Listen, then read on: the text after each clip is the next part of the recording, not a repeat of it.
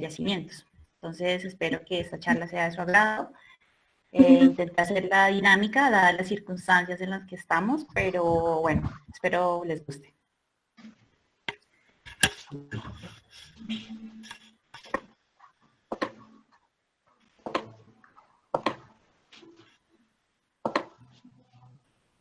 Entonces, esto es parte de la agenda que vamos a abordar el día de hoy. Vamos a iniciar hablando de lo que es la roca reservorio, de los factores que me afectan la roca generadora, lo que es la porosidad, la permeabilidad, y vamos a ver algunas características de los principales reservorios en Colombia. Posteriormente vamos a hablar sobre la roca sello, cuáles son las características, qué es un sello efectivo, los tipos de sello que podemos encontrar y vamos a ver algunos ejemplos a nivel mundial. El ejemplo aborda tanto la roca reservorio como la roca sello. Entonces comenzamos. Entonces, como bien saben, esto hace parte del curso de Geología del Petróleo, donde hemos venido hablando de cada uno de los elementos del sistema petrolífero.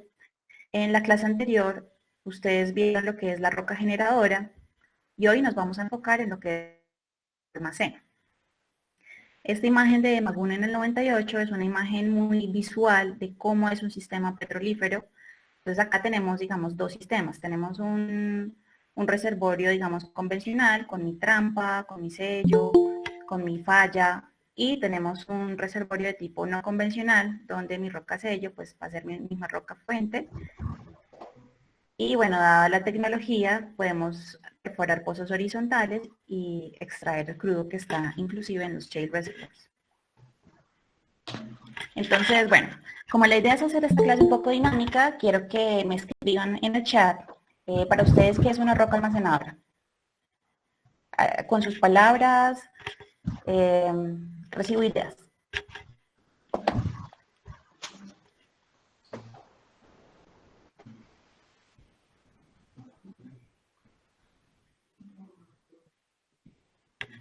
Y Estefanía, roca con alta porosidad y permeabilidad, donde está guardado el hidrocarburo, muy bien.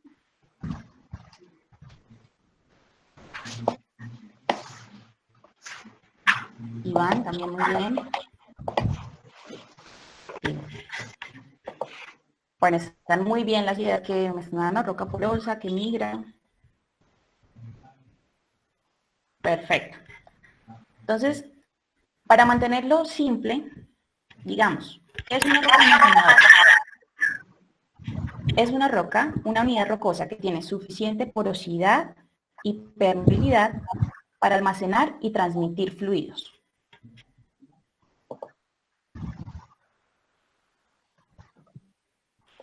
Sin embargo, como les mencionaba actualmente, el desarrollo de tecnologías ha permitido que ya no solamente tengamos los yacimientos convencionales, también podemos extraer hidrocarburo de los shale reservoirs a partir de los pozos horizontales.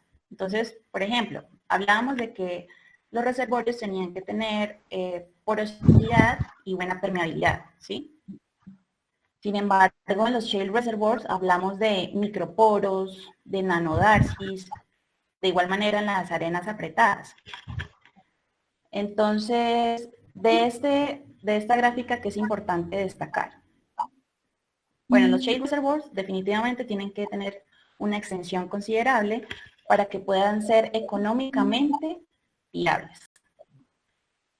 Entonces, dentro de estos, ¿cuándo voy a requerir yo fracturamiento? En mi shale reservoir, siempre. Para efectos comerciales tengo que sí o sí hacer un fracturamiento. En las arenas apretadas, también para efectos comerciales, vamos a tener que fracturar, mientras que para los reservorios convencionales, este fracturamiento se genera sobre todo para incrementar la producción. Cuando en yacimientos se tienen unidades operativas, por lo general, cuando ya son pozos que, digamos, han perdido su productividad o demás, generalmente se entra a hacer un trabajo en el pozo donde hay un recañoneo de la unidad operativa y lo que se busca es mejorar artificialmente la permeabilidad. Entonces, la porosidad y la permeabilidad en los reservorios son controladas por factores deposicionales, el tamaño de grano, la selección, la presencia de clastos dúctiles y también a los efectos posteriores como la compactación y la cementación.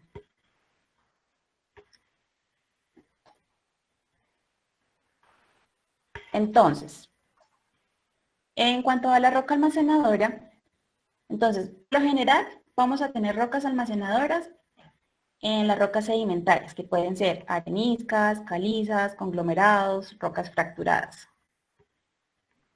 Sin embargo, también es posible acumular hidrocarburos en rocas ígneas y metamórficas. Un ejemplo de ello es el campo La Mara en La Paz, en Venezuela. Estos núcleos que vemos acá son núcleos correspondientes de este campo. Estos núcleos corresponden a granodioritas que están altamente fracturadas. Aquí podemos ver una sección delgada en nicoles paralelos y cruzados. Estas rocas están compuestas principalmente por cuarzo, feldespato y plagioclasa, alguna que otra muscovita. Y pues fíjense usted, por temas de esfuerzos y demás, estas rocas han sido altamente fracturadas y pues pueden contener hidrocarburos.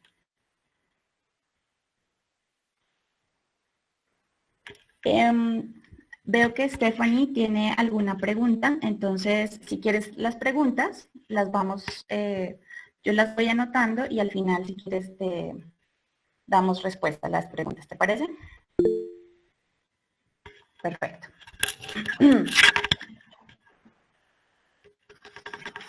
Entonces, la roca almacenadora va a tener ciertas propiedades. La principal de ellas es la textura. Esta consiste, perdí el mouse. Consiste en la dimensión, forma y disposición, como está organizada mi roca. Esto depende de la condición geológica de transporte y de posición. Entonces, la textura, ¿por qué está conformada? Por los granos, por la matriz, por el cemento. El cemento me está uniendo todo lo que son los granos y la misma matriz. Para yo hablar de una textura determinada, entonces tenemos la escala de Wentworth, en donde según el tamaño de estos granos, podemos decir que estamos hablando de bloques, de cantos, de guijas, guijarros, arenas, limos o arcillas. Y esto, aparte de estarme dando un tamaño como tal, me está diciendo qué tan lejos estoy yo de mi roca, del origen de mi roca, ¿sí? Qué tanto transporte he tenido. Entonces, entre más lejos esté yo, digamos, de la fuente de mi roca, pues más pequeños van a ser mis granos.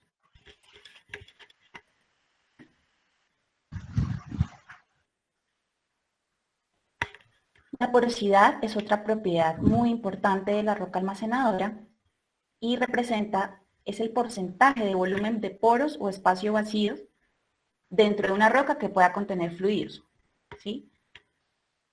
Pero el hecho de que lo pueda contener no necesariamente quiere decir que lo pueda transmitir. Entonces, para que se haga una idea, entonces tenemos nuestra textura acá, nuestros granos, y vamos a tener estos espacios, todos estos comprenden lo que es el volumen poroso. Sin embargo, dentro de ella, dentro de la porosidad, tenemos una subdivisión que es la porosidad efectiva, que es la porosidad que está realmente interconectada dentro de la roca. Y es lo que me va a calificar, digamos, si mi yacimiento, mi roca almacenadora es buena o es mala. Cualitativamente, Le Borsen en 1967, según la cantidad de porosidad que yo tenga en mi roca, se puede decir que si tengo entre un 0 y un 5%, esta roca es de porosidad despreciable, del 5 al 10 es pobre, del 10 al 15 es regular, del 15 al 20 buena, muy buena o excelente para mayores de 25%, rocas con porosidad de mayor de 25. Entonces aquí vamos a retomar lo que es la porosidad efectiva. Entonces, se define como la relación que existe entre el volumen de poros interconectados y el volumen total de la roca. Matemáticamente, esto está dado por la porosidad total menos el volumen de shale por la porosidad que tenga este shale dentro de mi textura. Y bueno, resulta que dentro de esta porosidad efectiva vamos a tener otro término que quiero que se lleven claro, que es la garganta de poro. ¿Y qué es eso? Ustedes se preguntarán. Este es el espacio donde se unen dos granos e interconectan dos volúmenes porosos más grandes, ¿sí? Entonces, por ejemplo, intentemos imaginar que esto está en 3 dimensiones y este es un poro muy grande, como lo vemos acá, y digamos que atrás hay otro poro grande. Entonces, esto me va a generar como una pequeña autopista y eso es lo que vamos a denominar como garganta de poro. Para determinar el tamaño de garganta de poro hay diferentes metodologías y esto se hace en la caracterización de yacimientos. Hay una muy conocida que es la de Amapul y tenemos otra que es la de Wimland que hace una relación entre la porosidad y la permeabilidad. Digamos, esto solo quiero que lo tengan en mente, no lo vamos a abordar mucho en esta presentación, pero porque más adelante cuando hablemos del sello vamos a tener que tener claro qué es la garganta de poro.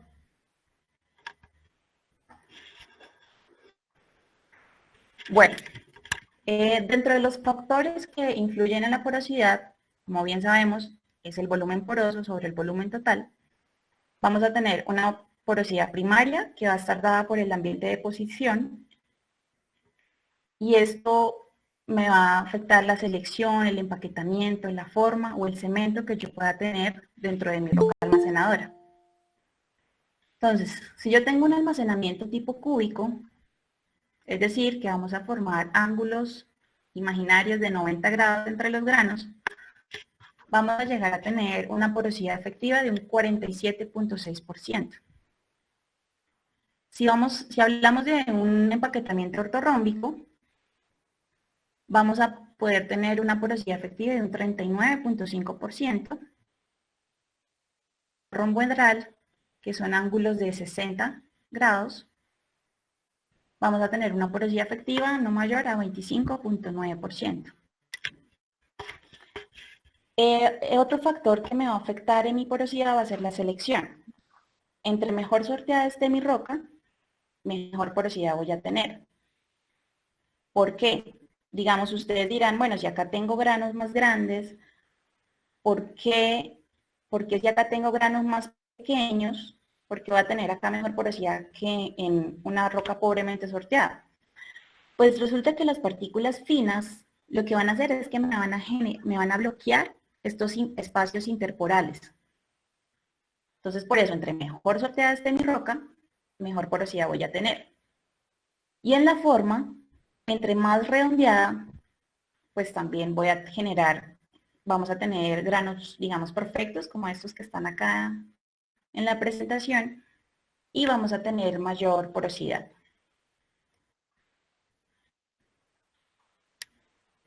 Perdón.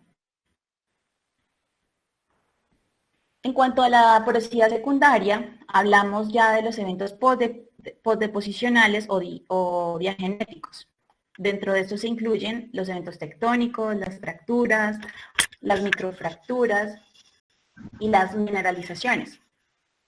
Un ejemplo de ello es, digamos, el caso de la dolomitización, donde tenemos un intercambio iónico de los minerales de magnesio que reemplazan los de carbonato. Entonces, como el magnesio tiene un menor volumen que el de los carbonatos, va a haber un aumento de la porosidad, ¿sí?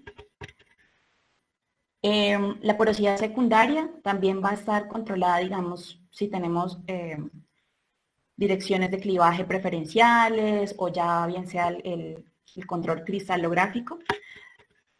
Y asimismo, habrán granos que simplemente van a ser granos estables y no van a ser afectados, así sea una textura que ha sido sometida a esfuerzos. Bueno, y acá entramos en nuestro primer ejercicio. Entonces, esto es un esquema, digamos, de lo que es una arenisca limpia y una arenisca arcillosa. ¿Qué hay que tener claro? En una arenisca limpia, mi porosidad va a ser muy similar, si es que no es igual a mi porosidad efectiva, Mientras que en una arenisca arcillosa, como su nombre lo dice, mi porosidad total va a contener también partículas finas. Entonces, mi porosidad efectiva va a ser reducida porque también voy a tener una porosidad que no va a ser efectiva. ¿Listo? Entonces, ¿este ejercicio en qué va a consistir? Tenemos un registro de gamma ray y 6 unidades a identificar. En cuanto a la respuesta del gamma ray, se espera que en los shales tenga una respuesta alta, mientras que en las arenas esperamos que tenga una respuesta baja del gamma ray. ¿Esto por qué? Por el contenido mineralógico de los minerales arcillosos. Perdón, por el contenido catiónico en los minerales arcillosos, como el torio, los feldespatos en el caso de la hilita, o el uranio. Entonces, la dinámica, ¿cuál va a ser? Que ustedes me puedan enumerar, digamos, no sé, en la unidad 1 creo que va a ser una arenisca, por ejemplo. Entonces, la idea es que ustedes logren identificar a qué unidad corresponde cada una. Entonces, bueno, les daré un minutico para que los que quieran participar, pues, me escriban sus comentarios.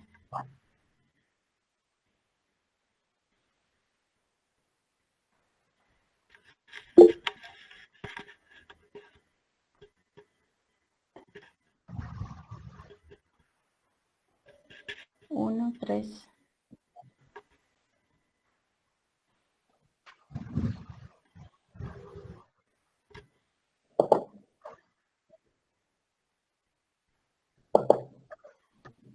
Dos, cuatro, seis, shale. Bueno, digamos que dentro del material que les compartí hay una guía básica de análisis de registro. Entonces, yo les voy a dejar un taller para que lo miren y puedan hacer el taller de tarea. Entonces, aquí van a encontrar toda la información necesaria para interpretar estos registros. Normalmente, bueno, el gamma ray, se me olvidó comentarles, es un registro netamente litológico y me sirve para identificar espesores y unidades de roca de interés y de no interés. 1, 3 y 5 arcillas. 1 shale. Listo. Bueno, vamos a ver la respuesta. Perdón.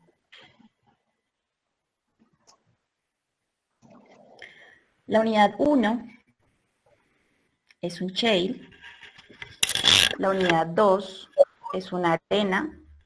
Como vemos, tenemos una respuesta alta del gamma ray. Entonces, esto corresponde a un shale. La unidad 2 corresponde a una arena limpia. Más o menos tiene una respuesta del gamma ray de 40 API. Para la unidad 3 tenemos una arena arcillosa, que bueno, según el ambiente de posición del yacimiento, puede ser, no sé, vemos que es grano creciente. Esto puede ser, no sé, un front delta, perdón, o un crevasse splay, de acuerdo al ambiente de posición que se haya definido para el yacimiento. Aquí tenemos para la unidad 4 carbón, para la 5 tenemos shale y para la 6 tenemos caliza. La caliza tiene una respuesta aún más baja que la arena. Mira que la arena acá la tenemos en 40 API, acá la tenemos en 20 aproximadamente. Aunque como todo en geología, esto no es que sea ley, porque por lo menos si tenemos una arena limpia, pero resulta que mi arenisca tiene fragmentos líticos de, no sé, de minerales pesados, o no sé, tengo un zircón, por ejemplo. Esto me va a afectar la lectura del gamma. Entonces, por esto es que es tan importante tener el modelo sedimentológico del yacimiento bien definido. Ok, acá me hacen una pregunta.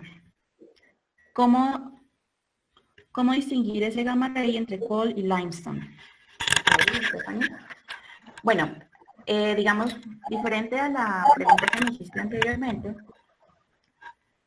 digamos, normalmente para los registros tenemos un set de registros, ¿sí? pues vamos a tener el gamma ray o el densidad de neutrón, vamos a tener registros de resistivos. Entonces, digamos, para el caso de la calcita, con el registro de densidad vamos a tener densidades del orden de 2.7 más o menos, y para el carbón, por ejemplo, vamos a tener valores muy bajos de densidad, de 2.3 aproximadamente.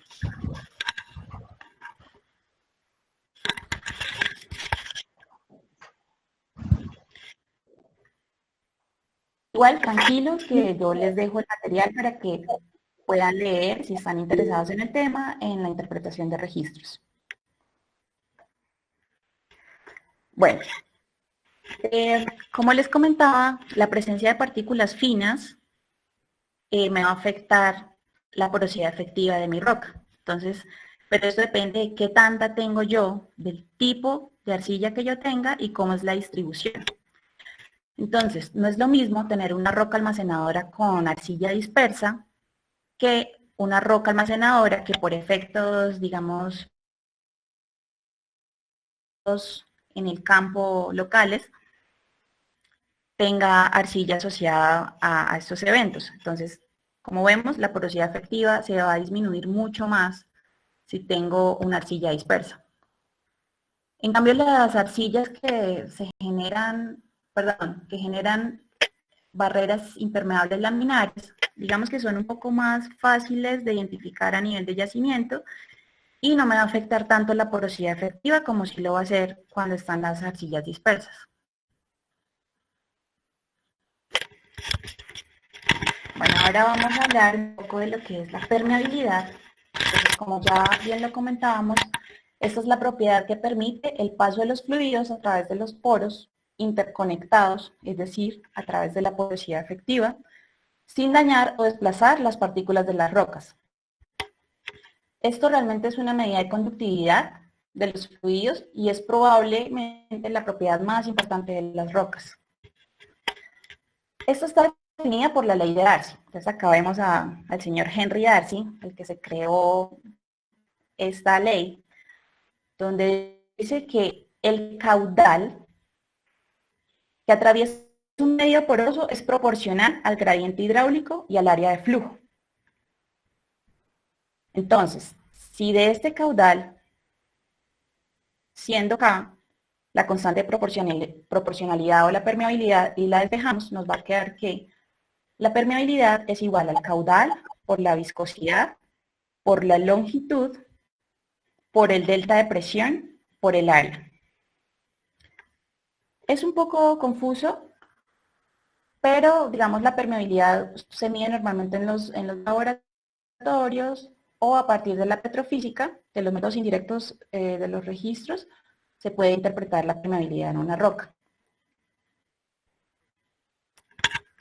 Entonces, en las rocas almacenadoras esta puede variar entre 5 y 1000 milidarcis. Sin embargo, hay récord de rocas con permeabilidad de 0.1 milidarcis que son comercialmente producibles. Bueno, entonces la permeabilidad también vamos a tener una evaluación cualitativa, que si tenemos de 1 a 15 milidarcis, esta va a ser despreciable, 15 a 50 va a ser moderada, de 50 a 250 va a ser buena, de 250 a 1000 milidarcis va a ser muy buena, y mayor a 1000, pues vamos a hablar de una de una permeabilidad excelente. Las propiedades que me afectan la permeabilidad van a estar dadas por la estratificación, el tamaño de grano, la forma del grano, la selección, el empaquetamiento y la cementación. Si ustedes se dan cuenta, estas son muy parecidas a las que afectan la porosidad. De una u otra manera están relacionadas. Y esta sí es muy importante, los cambios faciales.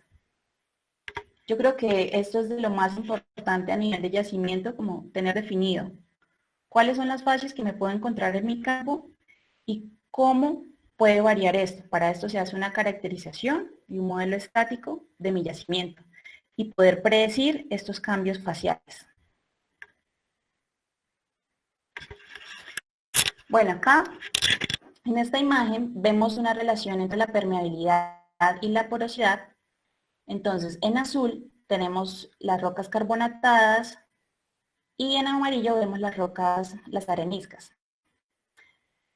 Vemos cómo las calizas arrecifales no necesariamente tienen que tener mucha porosidad para tener datos de permeabilidad muy buenos.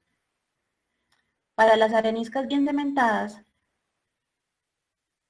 fingido, ¿no? Vemos que, digamos, podemos tener un 17% de porosidad y no necesariamente va a tener una permeabilidad muy buena. En la caliza limosa nos pasa igual. Bueno, tenemos rangos de porosidad muy amplios, sin embargo, no necesariamente quiere decir que voy a tener una permeabilidad muy buena.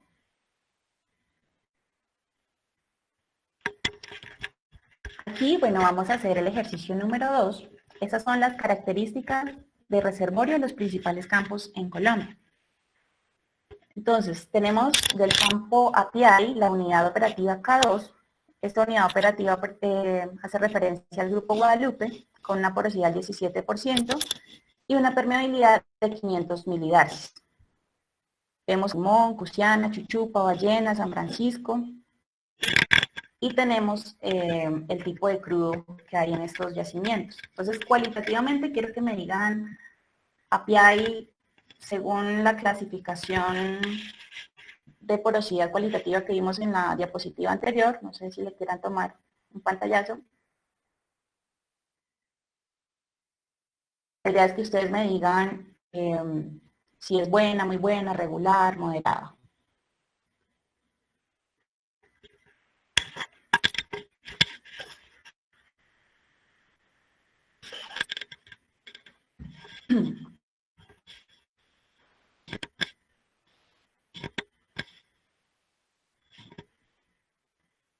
Buena.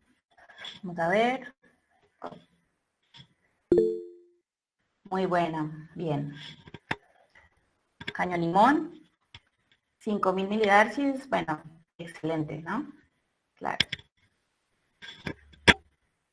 Cusiana con Mirador. ¿Qué opinan? De 50 a 200.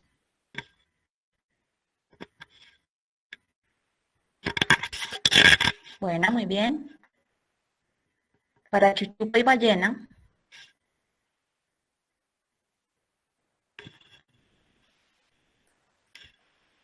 Es moderada. Para el campo San Francisco tenemos la unidad de caballos superior e inferior.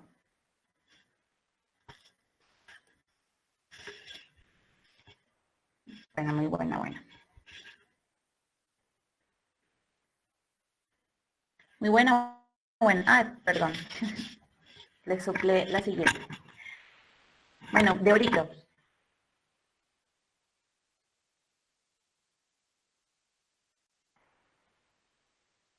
Tenemos una porosidad de 40. Moderada. O sea, sí es moderada y con una porosidad relativamente baja, pero el crudo que está allí contenido, pues es un crudo más mediano, ¿no? Tibú, buena. Y para la Cira, Angie me dice que me escucha mal. Ahora, ¿cómo me escuchas?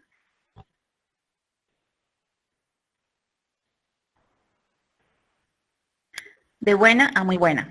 Muy bien. Sí, si ven en la Cira, digamos, tenemos un intervalo relativamente amplio. Y la unidad operativa aquí es la formación mugrosa. Bueno, aquí entonces quiero mostrarles un poco a nivel macro y micro de cómo se ve, cómo está distribuida la porosidad con respecto a la saturación. Entonces, de acuerdo al tipo de yacimiento que nosotros tengamos, puede presentar 3 o 2 fases. Podemos tener agua-gas, agua-aceite o podemos tener gas, aceite y agua. Entonces, mi porosidad va a estar llena por estas 3 fases de fluidos. Entonces acá a nivel micro, A nivel microscópico, entonces tenemos una muestra de una roca con porosidad en 25%, y si ven acá, o sea, esto es más como para que tengan una imagen de cómo se ve a nivel microscópico esta saturación. Entonces tenemos acá las fases de agua, perdón, de agua y de petróleo y de gas. Entonces acá tenemos una relación de la porosidad versus la permeabilidad, dependiendo del tamaño del grano. Entonces, vemos que, de aquí, ¿qué podemos destacar? Las rocas con tamaño de grano grueso a medio, digamos que tienen una relación casi de 1 a 1. Entonces, podemos tener permeabilidades muy buenas con porosidades también muy buenas. Para las rocas de grano fino, entonces esto, digamos, también puedo tener permeabilidades muy buenas, pero para yo tener una porosidad de 4.000, perdón, una permeabilidad de 4.000 milidarcis, tendría que tener una porosidad casi de un 28%. Entonces acá vamos a hacer otro ejercicio más. Entonces, con base en esto, vimos que el tamaño de grano, entre más grande, pues digamos que me va a ayudar a mi porosidad y a mi permeabilidad. Entonces acá tenemos un ejercicio donde tenemos dos bloques. Entonces tenemos el bloque A y el bloque B. El área para ambos bloques es igual. Lo que varía es el tamaño de grano. Aquí tenemos un grano muy grueso y acá tenemos un grano muy fino. Vemos que la forma está súper redondeada. ¿Ustedes dónde creen que hay más porosidad? ¿Y cuál bloque creen ustedes que tiene una mayor permeabilidad? ¿El A o el B?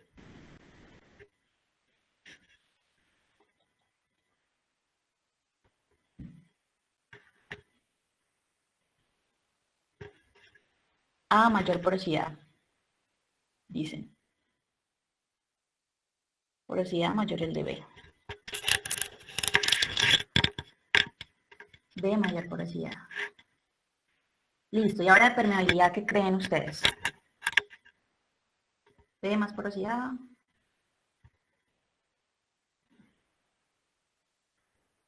Bueno, pues todos se rajan con la porosidad.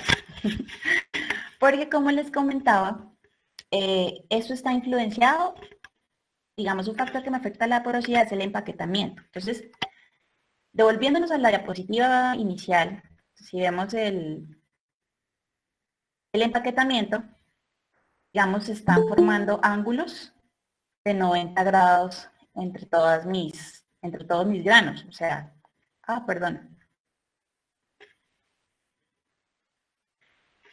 Entonces, la porosidad realmente va a ser igual. Y en la permeabilidad vamos a tener una mayor permeabilidad en el bloque A. ¿Por qué? Porque los granos más grandes lo que hacen es que tenga un menor contacto. Si ven, acá están como la superficie de contacto en los granos más finos es mayor. Y aparte, si vemos el espacio poroso, que es esto azulito, es menor. Entonces, si acá tengo poros más grandes, eso me va a facilitar mi permeabilidad. Entonces, si ven qué importante es. Bueno, continuamos.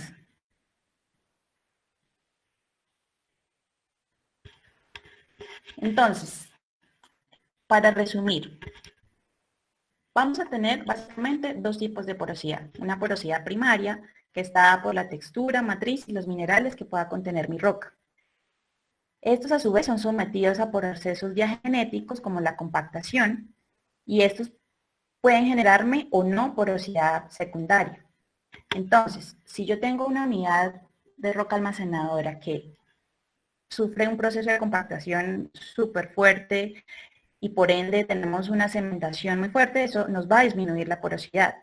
Sin embargo,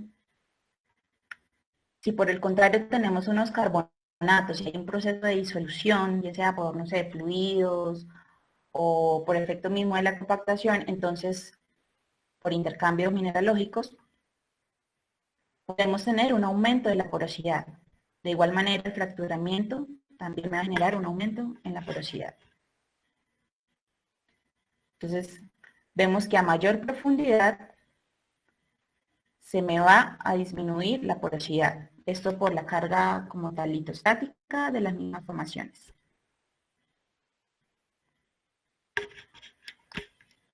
Aquí, bueno, ¿cuáles son las implicaciones de los efectos de diagénesis por enterramiento? Entonces, diagénesis, ¿qué es? Los cambios que ocurren durante el enterramiento de las capas sedimentarias. Estos afectan la calidad del reservorio, como la porosidad y la permeabilidad. Bueno, algo claro es que no se les va a olvidar la porosidad y la permeabilidad, con tantas veces que lo hemos repetido hoy. Entonces, acá tenemos unas gráficas de una arenisca, de un shale y de un carbonato. Entonces vemos cómo la porosidad es afectada a medida que esa se profundiza. Entonces vemos que la que definitivamente tiene una caída más abrupta con respecto a la profundidad es el shale, que por sí no es muy poroso, mientras que la arenisca, digamos que es un cambio un poco más suave, sin embargo, claro que se pierde porosidad a medida que se va enterrando, pero no es tan marcado como en las otras litologías. Por ejemplo, en el caso de los carbonatos, digamos, yo tengo un carbonato con una porosidad de, digamos, de un 30%, a la altura, digamos, de 1.5 kilómetros. Sin embargo, si este carbonato, esta unidad formacional, se sigue profundizando, digamos 1 kilómetro más, voy a perder casi el 50% de la porosidad. ¿Por qué? Porque después de este enterramiento vamos a tener fragmentos que se van a convertir de manera dúctil, las conchillas se van a destruir. Entonces, pues es importante tenerlo presente.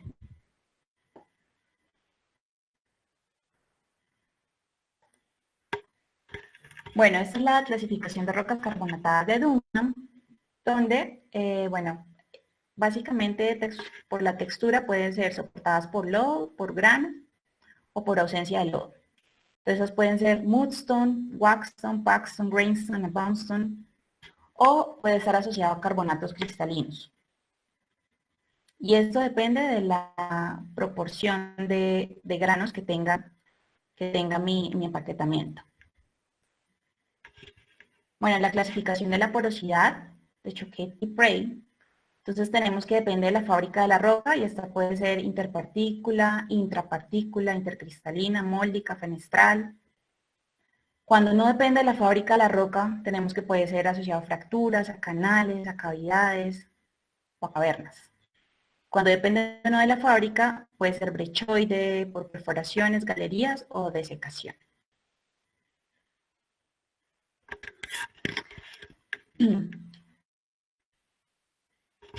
Ahora vamos a hablar sobre los yacimientos naturalmente fracturados. Bueno, como su nombre lo dice, estos yacimientos pues tienen muchas fracturas. Y las fracturas están generadas por esfuerzos de corte y de tracción. Entonces, las de corte están más asociadas a lo que son las fallas y las de tracción me van a generar lo que son las grietas. Estos yacimientos se pueden agrupar en 6 grandes grupos. Las de tipo 1, que las fracturas proveen porosidad y permeabilidad primaria. Las de tipo 2 poseen una baja porosidad y baja permeabilidad en la matriz. Los de tipo 3 tenemos una alta porosidad y estos tipos de yacimiento pueden producir sin fracturas. Los de tipo M poseen una alta porosidad y permeabilidad, pero debido a la matriz, ¿sí? No tanto a las fracturas. Y los de tipo 4, donde definitivamente las fracturas no suman una permeabilidad considerable. Entonces, de estos yacimientos, ¿qué tenemos que tener en cuenta? Son yacimientos con declinaciones muy rápidas. ¿Y cuáles son, digamos, los ideales? Los yacimientos tipo 1. ¿Por qué? Porque en estos yacimientos yo tengo unas áreas de drenado muy amplias. Entonces, con pocos pozos puedo extraer el crudo que esté contenido en este tipo de yacimiento. Entonces, ya vamos a ver un ejemplo. Perdón. Vamos a ver un ejemplo. Este ejemplo corresponde a la cuenca de Kulum. Esto está ubicado en el mar de China Meridional. Y bueno, este yacimiento se da por la aglomeración de fracturas y estas están paralelas a la línea de costa de Vietnam, ¿sí? Ese es el mapa con el campo de esfuerzos de este yacimiento. Y acá vemos una imagen donde se hace la relación y el análisis de los sistemas de fracturas. Entonces aquí, ¿qué identificaron en esta imagen? Dos sistemas. Uno primario, que ha sido mejorado por disolución. Entonces, estas grietas, ¿por qué se generaron? Por tectónica. Los procesos hidrotermales generaron la disolución pues digamos, de las antiguas fracturas. Seguramente pues eran más cerradas.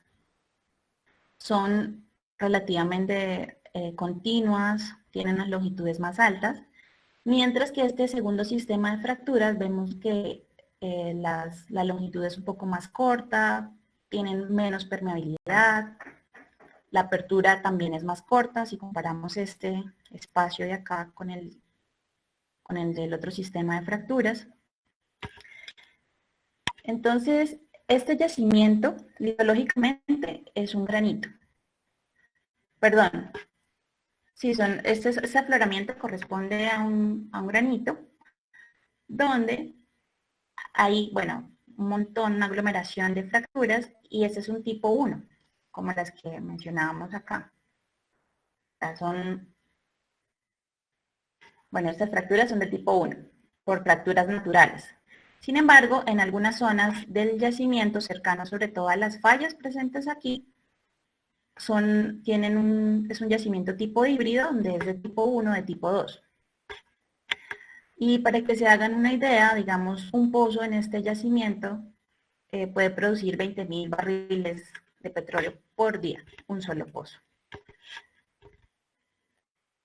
Sin embargo, cabe resaltar que este tipo de yacimientos, las fracturas tienen que estar muy bien caracterizadas para cuando se quiere entrar a hacer procesos de recobro, sea un poco más fácil, porque cuando hay yacimientos tan fracturados, pues no es tan fácil modelarlos. Bueno, entonces, a nivel global, la distribución porcentual de las rocas sedimentarias corresponde a un 86%, siendo las limolitas, lodolitas y lutitas las predominantes con un 75%. Vamos a tener las areniscas y conglomerados con un 11% y las rocas carbonáticas tan solo ocupan un 14% de las rocas sedimentarias en el mundo.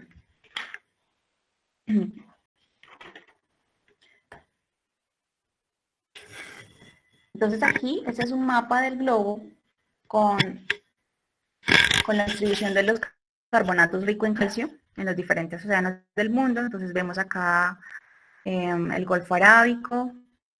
En rojos tenemos los carbonatos de aguas tibias. En verde tenemos los carbonatos de plataformas de aguas frías. Y en azul oscuros, los carbonatos pelágicos o de fondo oceánico. Entonces, de esos carbonatos, ¿cuáles tienen petróleo? Entonces, vemos en azul los que tienen petróleo. En naranja son carbonatos de plataforma. Y en este azulito más claro vemos ya los carbonatos de mar profundo. En este verde vemos casi que en los límites de todos los continentes vemos los crecimientos arrecifales.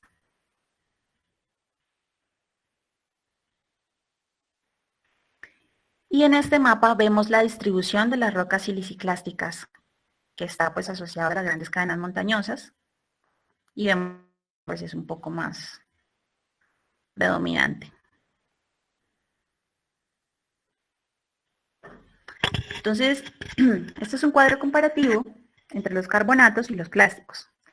Entonces, la mayoría de los sedimentos ocurren en ambientes tropicales y someros para los carbonatos, mientras que en los clásticos ocurren en todo el mundo y en todos los ambientes. La mayoría de sedimentos se forman en ambientes marinos, los clásticos en ambientes marines y terrestres. En los carbonatos, el tamaño del grano va a depender del tamaño de los esqueletos de los organismos y las partes duras calcáreas. En cambio, aquí en los clásticos, como les mencionaba en un principio, depende de la energía hidráulica del ambiente. Entonces, en el caso de las calcarenitas de agua somera, resulta de la reacción química localizada. Entonces, estos son ya reacciones físico-químicas dentro de la roca. Las areniscas de agua somera resultan de las corrientes oceánicas y acción de las olas. En los carbonatos, estos sedimentos son cementados en el fondo marino, mientras que en los sedimentos clásticos, estos permanecen inconsolidados en el ambiente de depositación y en el fondo del océano. Bueno, y la exposición periódica de los carbonatos puede ocasionar diagénesis, cementación y recristalización, mientras que en los clásticos no va a afectar tal mi depósito. Bueno, ahora entramos a hablar sobre qué es una roca sello, entonces volvemos a la misma dinámica que cree que es una roca sello.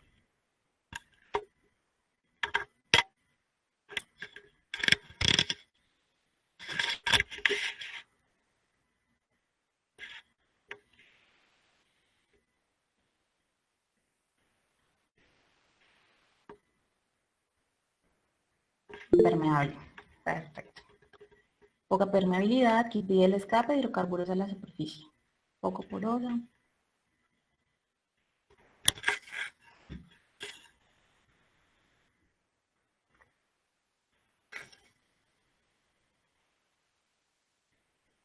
Ok. Entonces, una roca sello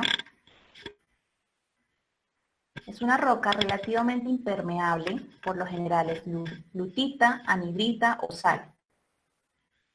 ¿Qué es importante? Me va a formar una barrera o una cubierta sobre y alrededor del reservorio, evitando de esta manera que los fluidos migren. Entonces, en las cuencas dominadas por siliciclásticos, la lutita es el sello más importante, mientras que en las cuencas dominadas por carbonatos, las evaporitas son los sellos más importantes.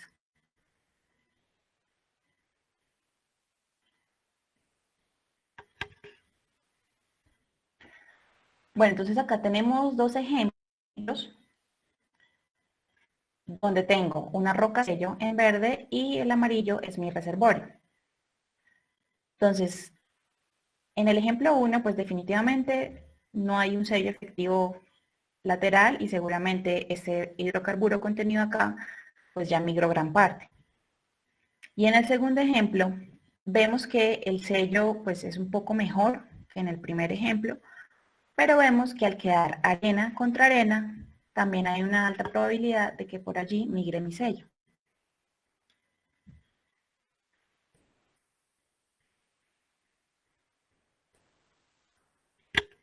Entonces, ¿pero qué me va a decir, digamos, qué propiedad me va a decir si mi sello tiene capacidad sellante o no? Bueno, ¿esto cómo lo sé yo? Si la presión de desplazamiento excede la presión de flotabilidad de una columna de aceite o gas, va a ser efectiva. Mientras que, por ejemplo, la presión de flotabilidad, esta está determinada por la densidad del fluido y el espesor de la columna. Digamos, si yo tengo un yacimiento de gas, pues fácilmente se me va a migrar.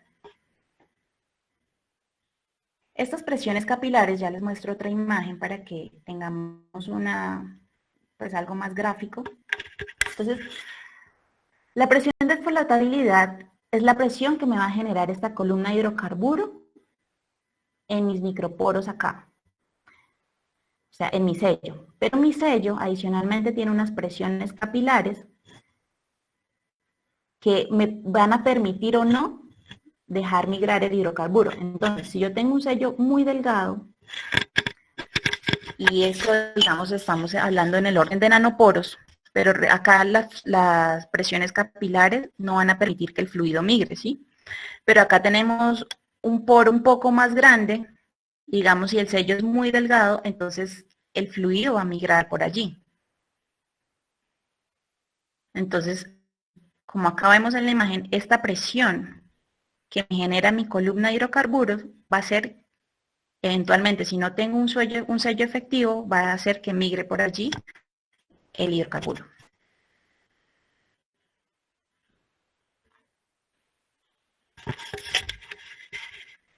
Ah, bueno, se me olvidaba decirles, la flotabilidad o bollanza. También se usa mucho el término. Es lo mismo. Entonces, acá tenemos diferentes tipos de trampas estructurales y estratigráficas. Entonces vemos acá una anticlinal donde tenemos sello en la parte inferior y en la parte superior, entonces decimos que el sello está siendo efectivo. Acá tenemos otro tipo de sello que es la trampa contra una falla. Entonces tenemos mi sello que me está aislando mi reservorio del resto del sistema y está evitando que migre. Acá tenemos un pinchamiento donde el sello pues me está evitando que los fluidos migren también. Y acá tenemos una trampa contra una inconformidad, donde el sello está perfectamente tanto arriba de la inconformidad como en los laterales. Bueno, entonces básicamente podemos tener sellos de tipo regional, de tipo semirregional o local. Entonces, regional hablamos a nivel de cuenca, ¿no? Un ejemplo de ello, por ejemplo, es la formación León en la cuenca de los llanos o los niveles arcillosos de la formación carbonera. Los sellos semirregionales pueden estar en gran parte de la cuenca. Esto, por ejemplo, pueden ser sellos intraformacionales que estén limitados a un área determinada de la cuenca, o los sellos locales ya son a nivel de campo o yacimiento. Estos pueden tener poca continuidad y espesor. Entonces, un ejemplo, digamos, yo tengo mi yacimiento, tengo un pozo productor que ya está, no sé, estamos perdiendo presión, entonces, y por ende productividad. Entonces queremos perforar un pozo inyector para aumentar la presión en mi pozo productor. ¿Qué pasa aquí? Resulta que yo no veo que así yo le esté inyectando, no sé, 30.000 barriles de fluidos diarios, no veo que eso se me vea reflejado en mi producción ni en mi presión. Entonces, ¿qué puede estar pasando? Puede haber un sello local, que puede ser una falla, o puede ser un cambio facial. Entonces, esto es para que tengan como una idea de cómo puede ser un sello local en un yacimiento. No necesariamente tiene que ser asociado solo a los niveles arcillosos, sino también, por ejemplo, a las fallas.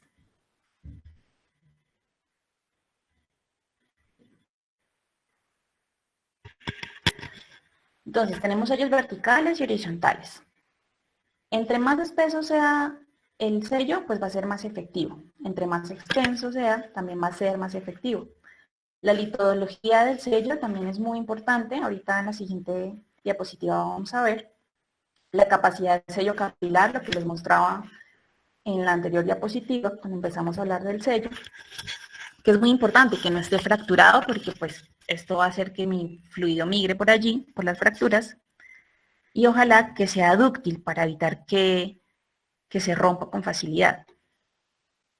Entonces acá lo que les comentaba, puede haber un sello a nivel de planos de falla, por ejemplo, o con la yuxtaposición de unidades.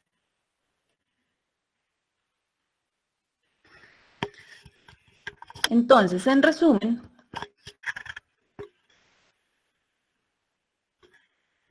ok, listo, acá tenemos otra pregunta, voy a ir anotándolas. Entonces, en resumen, los factores que intervienen en la capacidad del sello va a ser la litología, la profundidad, la ductilidad y el espesor que tenga mi sello. Entonces, el sello por excelencia, ¿ustedes cuál creen que, de estas litologías que tenemos acá, cuál creen que es?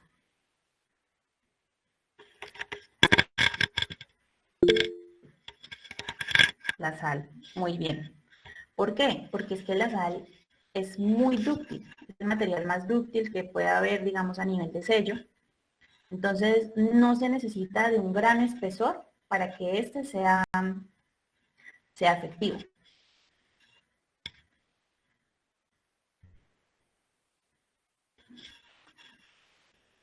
Acá hacemos un análisis de sello de las fallas y vamos a hablar de unas situaciones hipotéticas. Entonces, ¿aquí qué tenemos?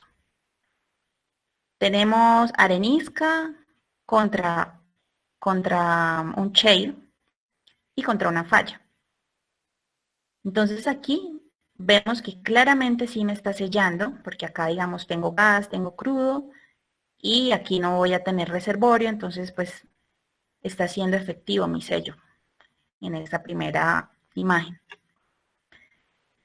En la imagen B, vemos una diferencia en los fluidos contenidos en el reservorio. O sea, tenemos reservorio contra parte de reservorio, parte de sello, pero acá tenemos solo agua y acá tenemos gas y aceite. ¿Pero esto por qué se da? Puede estar dado por el material de la falla, que está contenido dentro de la falla, la harina de falla, entonces me puede estar generando un sello lateral, y por la diferencia de presión entre estas dos arenas.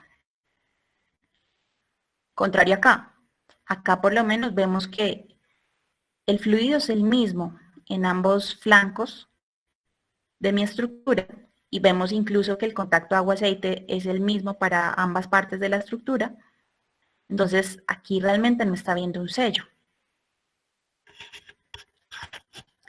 Y en este caso, en el D, tenemos arena contra, reservorio contra reservorio, bueno, arena contra arena, pero sí vemos que hay una diferencia en el contacto de agua-aceite. Luego, sí estoy en bloques diferentes, y la diferencia de estos niveles puede ser asociado a las presiones capilares, o puede estar asociado también de pronto a la capacidad sellante como tal de la falla.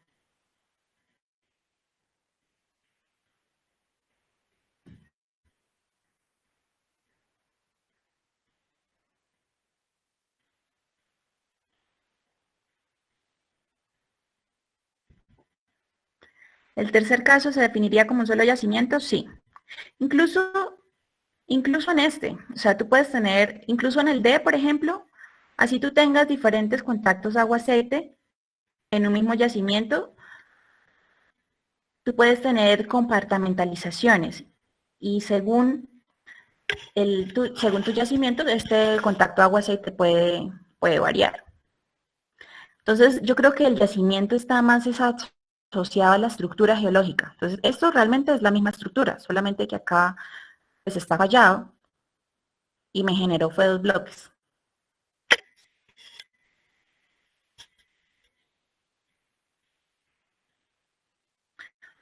Ok, ¿por qué no hay sello?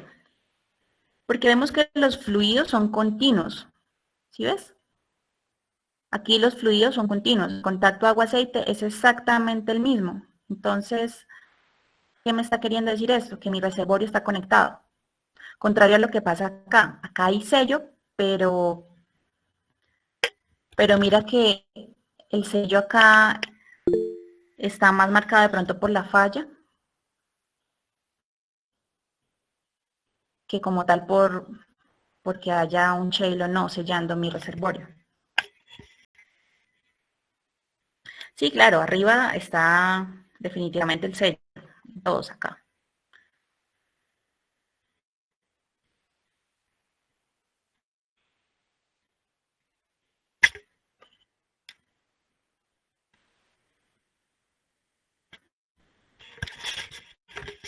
Bueno, entonces, esto son unos ejemplos de éxito y fracasos para sellos laterales en el segmento fallado. Y acá, pues estamos hablando de trampas estratigráficas. ¿Qué pasa acá?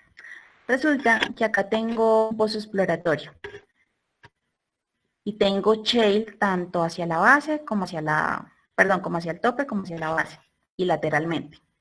Entonces, esto fue un pozo exploratorio exitoso. Sin embargo, en este siguiente vemos que aquí sí tenemos un shale, o sea, mi sello superior es efectivo, mientras que abajo tengo son unas limolitas. Entonces, ¿qué me generó eso? Una potencial migración de mi hidrocarburo. Aquí pasa más o menos algo parecido. Listo, acá perfecto, perforaron donde era, pero resulta que no era la cantidad de crudo que esperaban, ¿sí? ¿Por qué? Porque hubo cierta migración y por ende, pues digamos que no fue un éxito. Aquí entonces también tenemos dos fases, tenemos areniscas y tenemos shale. Entonces, este es un pozo exploratorio exitoso, vemos que tanto la falla y tenemos reservorio contra shale, entonces está un sello bueno.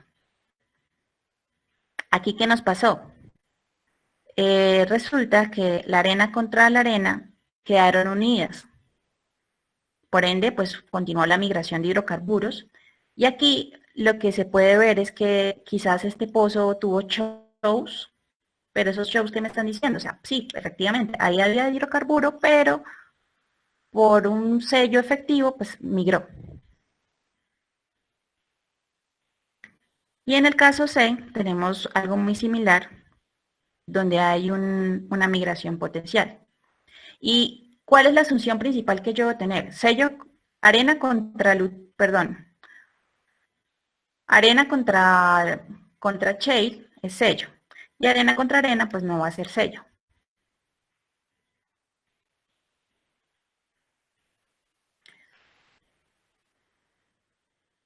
Bueno, aquí este es el ejemplo de un campo, eso es de los descubrimientos más recientes de gas a nivel mundial, es un gigante realmente.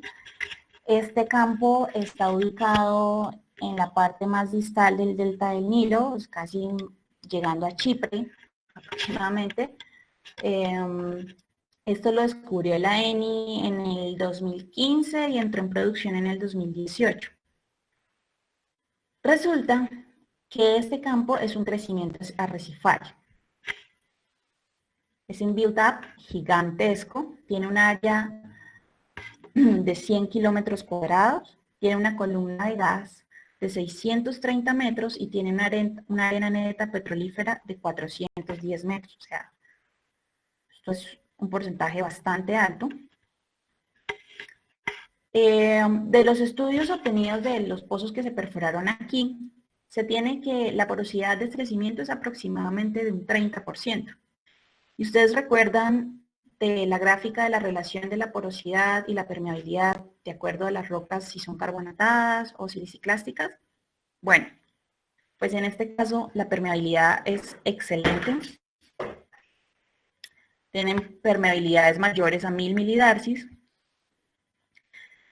Y entonces con los datos de presión, viscosidad y la data sísmica se pudo generar este modelo.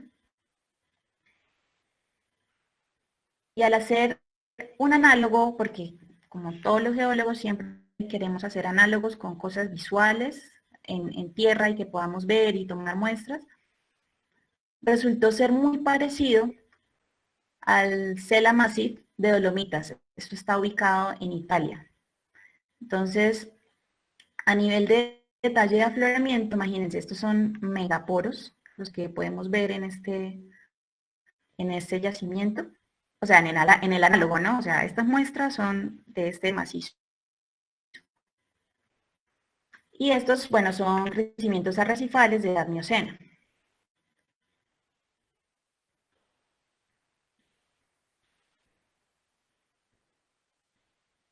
Eso es un poco el paleoambiente que permitió, digamos, la generación del campo SOR. Entonces, vemos esta plataforma, que es la plataforma de Eratóstenes. Estas son esta otra plataforma, perdón. En el paleógeno neógeno vemos como las unas evaporitas que son súper espesas y están en toda la cuenca, cómo sellaron este crecimiento arrecifal. Y hoy en día, dale, yo les comparto la fuente de este ejemplo. Eso está en la... bueno, yo se los comparto, tranquilo. Les comparto este artículo, Nicolalú.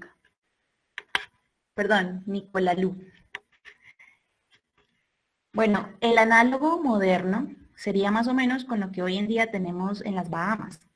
Entonces, hagan de cuenta que esta plataforma en su momento era algo más o menos así, como lo que tenemos hoy en día en las Bahamas.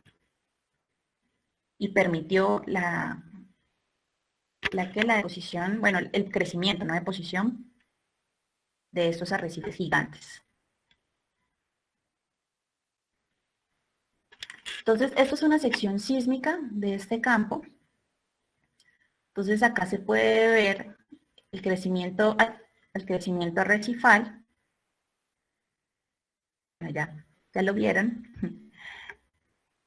Cómo es sellado por estas evaporitas mesicianas. Esto es un sello regional gigantesco, evaporítico, está en toda la cuenca. Acá tenemos unas turbiditas del oligoceno, mioceno, y acá como tal, pues nuestro crecimiento arrecifal. Entonces, aquí, ¿qué tipo de sello creen que aplica para este yacimiento? Y cualitativamente, ¿cómo creen que sea la permeabilidad?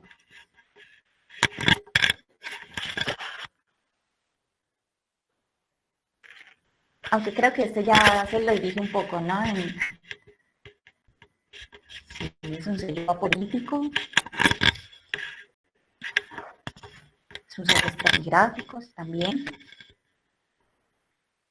es un sello tanto vertical como horizontal, es un sello extenso, mejor dicho, es el sello ideal. Es un sello regional. Perfecto.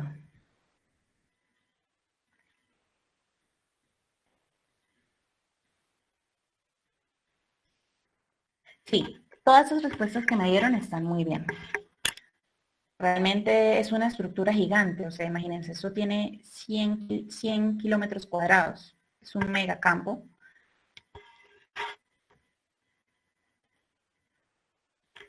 Y bueno, acá ya empezamos lo que es el taller.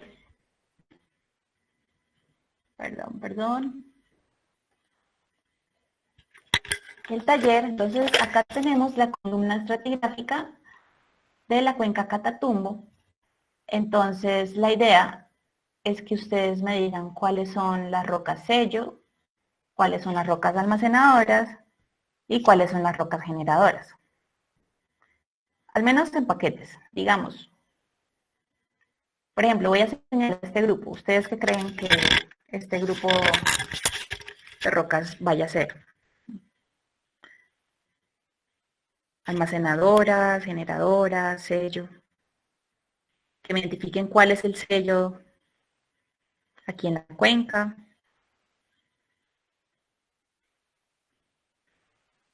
Ok, esas son almacenadoras, claro, la formación mirador, los intervalos arenosos de la formación carbonera. León, tenemos acá un sello. Bueno, acá tenemos realmente múltiples reservorios, ¿no?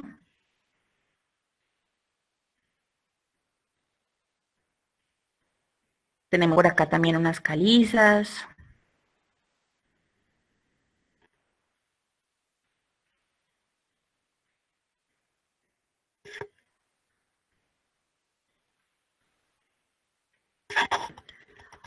Ok, entonces, el sello, claro, como ustedes decían, la formación León, mi roca sello. También la formación La Luna, hace el papel de todo, de sello, reservorio y fuente. Pero en general esta es la roca fuente para los sistemas petrolíferos de aquí hacia arriba, los más recientes. Acá tenemos otra roca fuente. Tenemos aquí algunas calizas de Tibú, también son reservorios.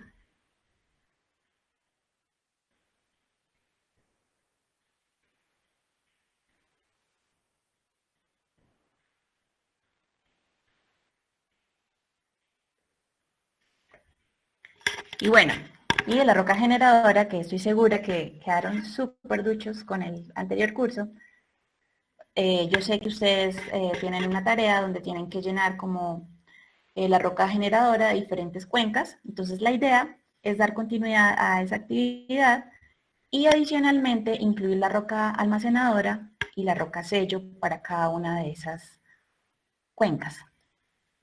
Esta es la segunda parte del taller.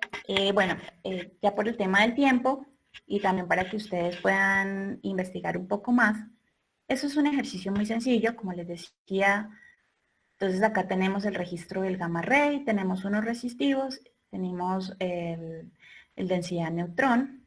Entonces, la idea de acá es que me identifiquen las posibles rocas almacenadoras, los posibles sellos, y si logran identificar algún tipo de fluido en estas rocas almacenadoras. Para eso, ustedes van a tener el material de apoyo. Si tienen cualquier duda o inquietud, pues me pueden contactar. Y la idea es que también identifiquen el intervalo, o sea, cuántos pies aproximado, ¿no? No tiene que ser súper exacto, de arena neta petrolífera. Entonces, pues yo quedo atenta para que me envíen este taller y poderlo, pues, tener retroalimentación de mi parte hacia ustedes y poderles decir como sí, está bien o no, por tal cosa. De igual manera, pues ahí van a tener su material de apoyo. Y lo que les comentaba, este segundo taller es para que continúen con la tabla del sistema petrolífero de las cuencas de Colombia. Yo acá les puse Valle Inferior, Valle Medio, Valle Inferior se me fue 2 veces, Llanos, Catatumbo y Guajira. Pero tengo entendido que de roca generadora también habían visto algunas cuencas, entonces mejor démosle continuidad a las que ya venían trabajando en la roca generadora. ¿Listo? Estas son algunas de las referencias, estas quedaron montadas en el Drive. Me falta la de qué, la de el campo SOR, que este es de la ENI realmente, del Ecopetrol de Egipto. Y bueno, pues muchas gracias. Entonces, si quieren, vamos a proceder a responder las preguntas.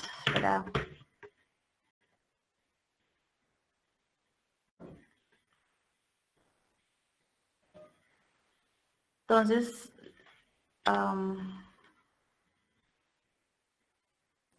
que quiero mostrarles un video porque me preguntaban de las arenas apretadas.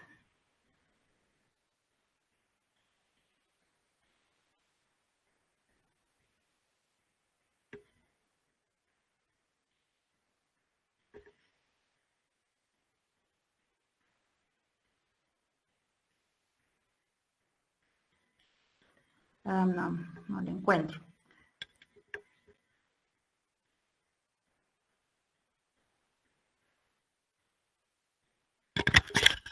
Bueno, me hacían una pregunta sobre las arenas apretadas. Estas son realmente arenas bituminosas que necesito yo hacer un esfuerzo mecánico para poder extraer el crudo que allí está contenido.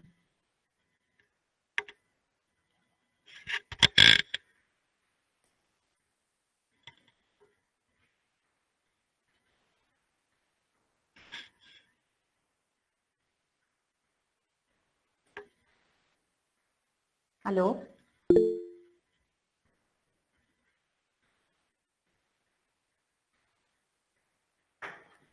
Efectivamente requieren fracturamiento hidráulico. Acá en la primera diapositiva, pues para fines comerciales, o sea, estos yacimientos no son económicamente viables, ya que las propiedades de permeabilidad y porosidad de la roca no permiten que la arena fluya, perdón, que el crudo fluya a través de ellas. Es que tengo un video súper chévere que les voy a adjuntar en el Drive para que puedan ver cómo es el mecanismo de extracción de este tipo de arenas.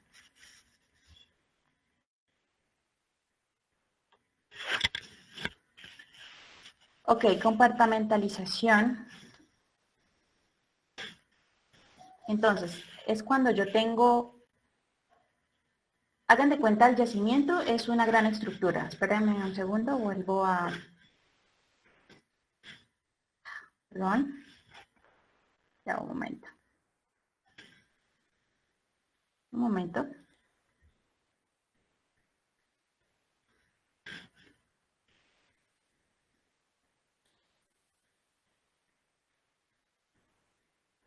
¿Pueden ver mi pantalla o cuál están viendo?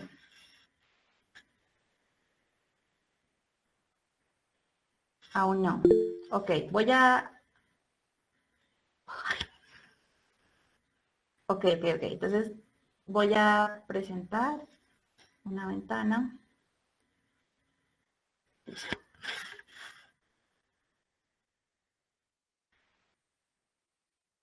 Entonces, para explicarles la compartimentalización.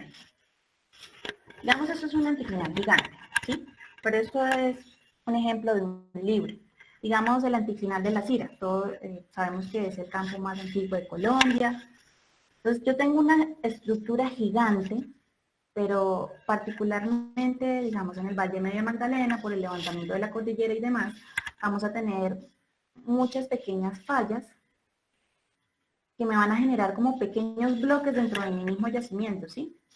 Entonces, esta compartimentalización, lo que me va a generar o no, es esto como pequeños yacimientos, digámoslo así, que pueden ser delimitadas como áreas del campo. Entonces, digamos, sí, yo tengo mi campo La Cira Infantas, pero entonces La Cira hace parte de una estructura muy grande y el área de Infantas hace parte de otra estructura. Dentro de La Cira, entonces yo tengo subsectores de mi yacimiento.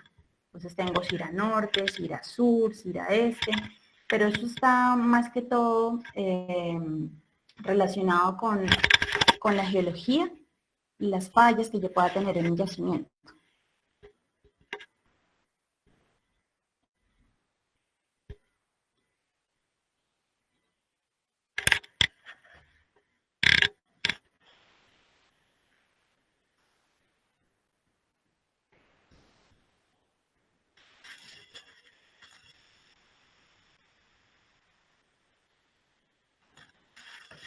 ¿Aló? Bueno, ¿tienen alguna otra pregunta? Me pregunto si les quedó claro lo del tema de la capacidad de sello. Me parece un poco abstracto. Y digamos, esto se podría profundizar en una charla de pronto de petrofísica aplicada a la caracterización de yacimientos. Entonces acá intenté explicarlo lo más sencillo posible y bueno, espero haberme hecho entender a ustedes. ¿Los fluidos se comportan diferente en cada compartimiento? Puede ser, sí. Esto va a depender de la presión. Entonces, yo puedo tener zonas de mi yacimiento donde tenga, no sé, productividades, digamos, te voy a poner el ejemplo de la Cira porque pues yo trabajé en la Cira.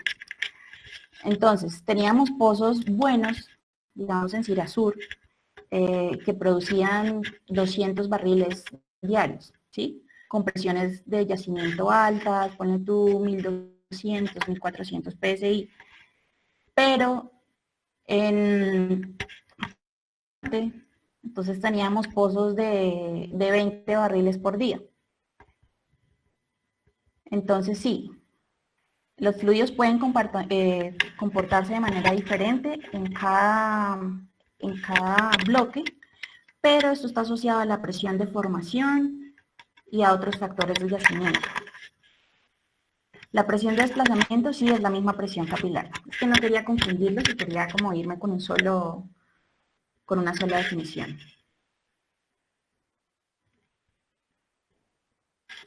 Bueno, ya va, espérate, aclaro acá. La presión capilar está dada por la interacción de las partículas y los fluidos dentro de mi roca, ¿sí? Esto aplica tanto para rocas reservorio como para rocas sello. Sin embargo, en mis rocas de reservorio, pues yo tengo porosidades y permeabilidades altas, y en mi roca sello, pues yo hablo ya de nanoporos. Entonces, por eso hablo de que mis presiones capilares en mi roca sello pues deben ser lo suficientemente altas para que a través de esos nanoporos no vaya a migrar el hidrocarburo.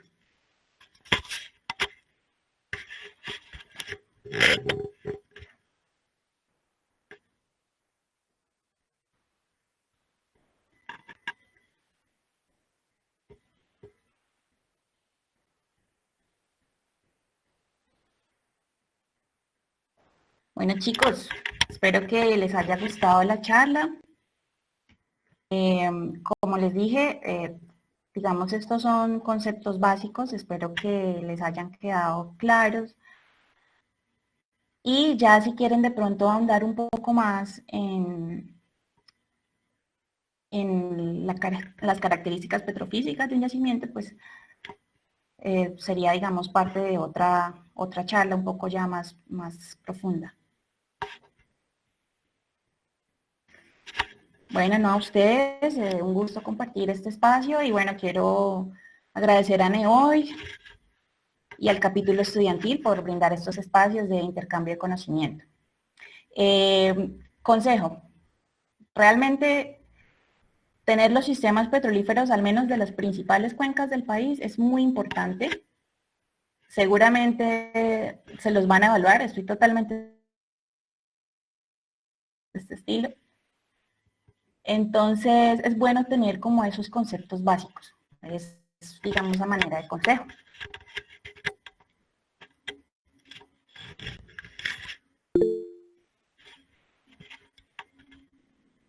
Listo, bueno, muchachos, muchas gracias.